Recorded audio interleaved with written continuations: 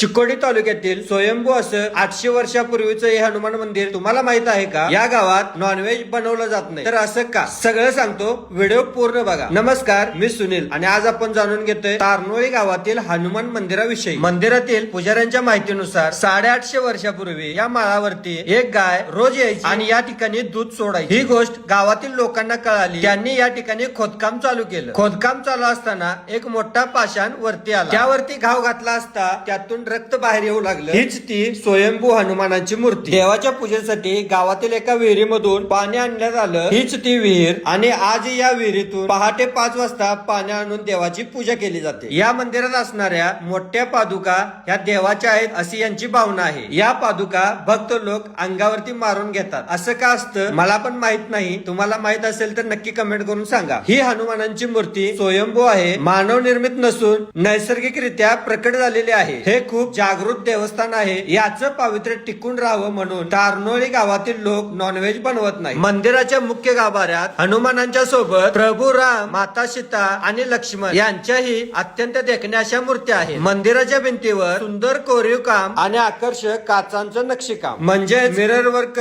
केलेलं आहे आणि हे पाहण्यासारखं आहे. मंदिराची माहिती आवडली असेल तर लाईक, शेअर आणि फॉलो करा. अशा या पवित्र ठिकाणी एकदा नक्की भेट द्या. जय श्रीराम.